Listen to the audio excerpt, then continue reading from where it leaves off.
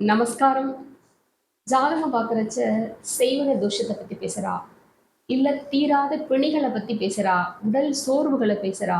அப்ப இந்த மாரி உங்களுக்கு அமைப்புகள்லாம் இருக்கு அப்டின்னா, இதுக்கு காரணம் என்ன அப்டின்னு வந்து பார்த்தீங்கன்னா, கண் திருஷ்டி தோஷம். அப்ப என்ன சொல்றா பழமொழி? "கல்லடி பட்டாலும் கண்ணடி படக்கூடாது" அப்டின்னு சொல்றா இல்லையா?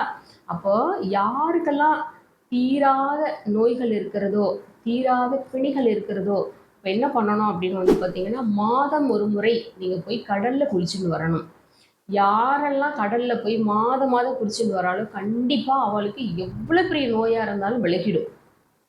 டாக்டர்ஸே முடியாது அப்படின்னு சொன்ன வியாதிகள் கூட விலகிரும். அப்ப நீங்க கடல்ல போய் மாதம் மாதம் குளிச்சுட்டு வந்தீங்க அப்படின்னா, உங்களுடைய அத்துணை விஷயங்களும், நோய்களும் தீரும்.